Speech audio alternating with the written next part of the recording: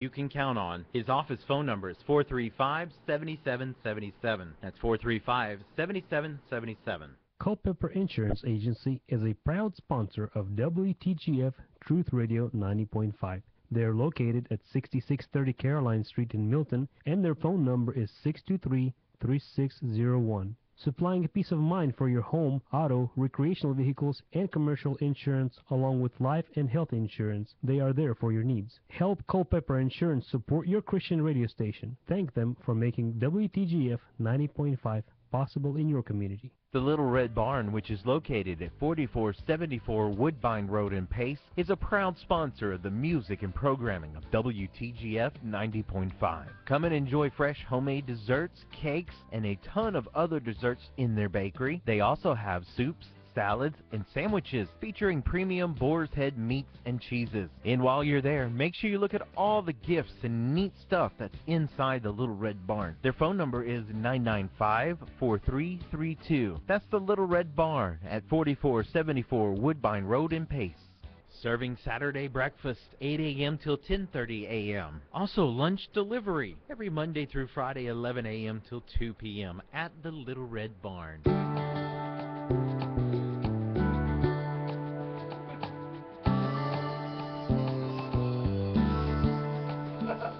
By the way, if you would like to sponsor the Issues of Life broadcast, just call the radio station at 994-3747 or contact us via the website. And we'd like to have you.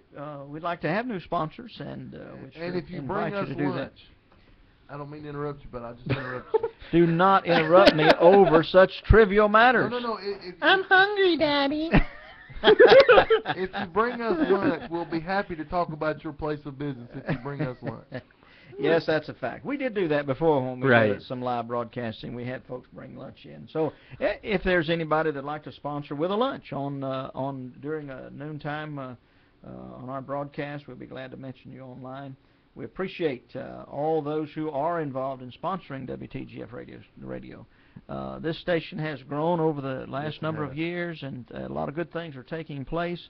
We're very excited about that, and we just appreciate John's hard work in running the station, and he's done a great job, and we just want to give kudos where they're due. Back to the subject at hand. I believe you had did we play that? We're going to play the Jason Whitlock clip here, and then we'll discuss it in just a moment.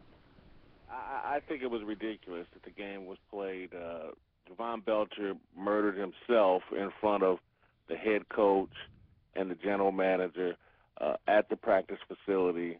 I think that team was still in a state of shock.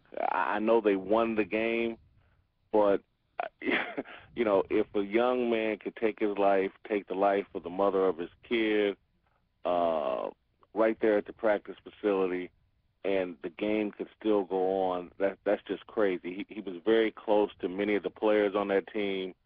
You know, I know the team came out and said that the captains wanted to play. I don't believe that. I believe that Roger Goodell and the NFL and, you know, perhaps the owner of the team wanted the team to play, but I don't believe those players wanted to play.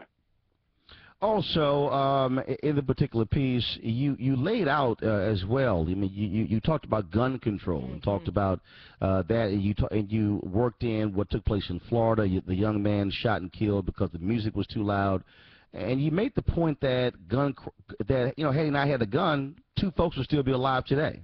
Why did you decide to focus on gun control as well, when you were making the argument about the NFL? Well, because sports get so much attention and so many people tune out the real world that I try to take advantage of the opportunities to talk about the real world when sports lends itself to that and try to open people's eyes. I did not go as far as I would like to go because my thoughts on the NRA and America's gun culture, I believe the NRA is the new KKK. Wow. And that the arming of so many black youth and loading up our communities with drugs and then just having an open shooting gallery is the work of people that, obviously don't have our best interest. And I think it's obvious if you travel abroad and travel to countries where they actually have some legitimate gun laws, we don't have to have what we have here in America. where people think a gun somehow enhances their liberty and where people think that a gun somehow makes them safer. It just doesn't. A gun turns some kids listening to music into a murder scene. And, if you don't have a gun, you drive home. Kids are listening to some loud music. You don't like it. That annoys me. You go home and complain to your wife. When you have a gun, you open fire potentially and take the life of a child. Yeah, this is well, Mr. Whitlock is entitled to his opinions, but that's all. I think we need to understand that that's all they are, is his opinions. And he needs to stick with sports. Yeah, they're erroneous opinions. This guy clearly has his own agenda. He's a sports writer. They have large egos. The more press he gets for himself, the better. This is what's being done here and said here is clearly about Jason Whitlock, not about the Kansas City Chiefs and the tragedy that happened on that. It's clearly about to say that the NRA is the new kick. That is absolutely totally absurd. But but the race card got brought into it. Yeah, always. Leave it out, man. That's their platform, though. It's the race card and all this stuff. I'm like, let's discuss the issue. Leave that card aside. Well, and the fact that what he was trying to perpetrate was that the NRA is the one supplying the guns for these black youth. Mm-hmm. That's absolute ludicrous. That's crazy. And I don't mean the guy that got killed listening to the radio. I don't mean to be insensitive, but we could also say that two people would still be alive if stereos weren't around, if radios weren't around, if music weren't around, if CDs weren't around. We could also say that. Yeah. Or a 2x4 wasn't around. I mean, crazy. I don't mean to be insensitive, but if he hadn't had any way to play music, then two people would still be alive. Well, sure. With that kind of reasoning, you could go to whatever extreme you want to. Mm-hmm. It's just absolute ludicrous. This individual, of course, I know Jason. Well, I don't know him, but I rarely agree with anything he writes concerning even sports. But this individual clearly has his own. He wants to be seen. He wants to be heard. He wants press, and that's the long and short of it, in my opinion. And it's sad. It's really sad. Yeah. You know. Well, let me take issue with who is he to say what Roger Goodell and them want? He was not in on those meetings. Well, the captains didn't really want to play the game. Who is he to say what the NFL's position was, or that the NFL coerced someone into play? How you gonna coerce a millionaire into doing something he don't want to do? Yeah. I mean, who is he to? That to me, most of what he said is just drivel.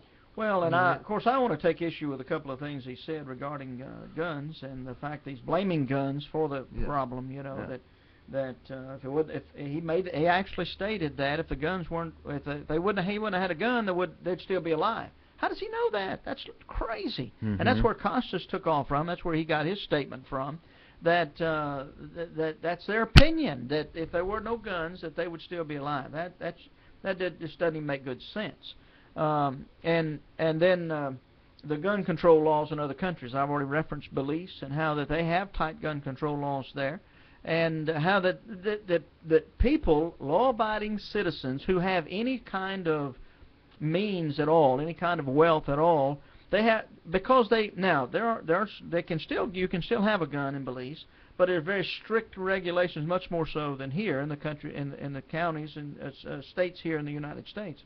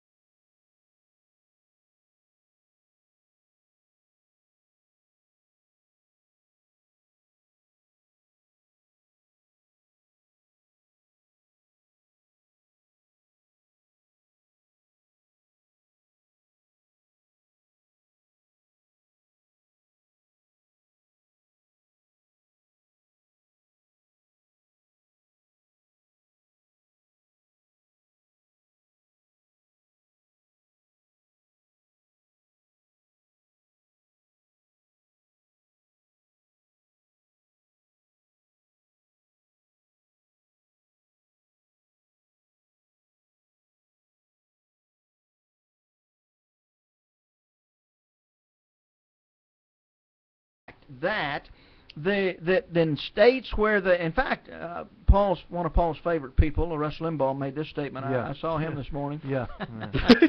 He has he's a very smart person, has some very good things to say, even though he is arrogant, like you and some others. But anyway, he made a statement. He quoted some statistics that in states here in the United States where they do permit guns and concealed weaponry, licensed concealed weaponry, there's less crime than in states where they don't.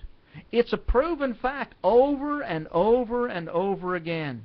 These characters said that if they hadn't had guns, they would be 2 people alive. These people would still be alive. Well, what about the cases, hundreds of them, where people had guns and they were being attacked and they remained alive because they had a gun?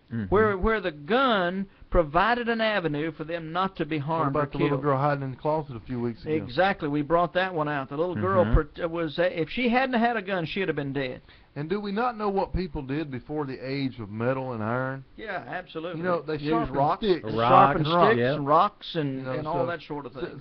So the problem is the sin nature of man. The problem is when a situation escalates, a person will go and get a gun or a 2x4 or a hammer or whatever that is. The problem is the individual, the nature of the individual, and Christ is the answer for that. Absolutely. And listen, it's just in thinking about it naturally. I think if I'm going to be killed, somebody's going to kill me, I'd rather them shoot me than beat me to death with a club or a rock or something. Yeah, definitely.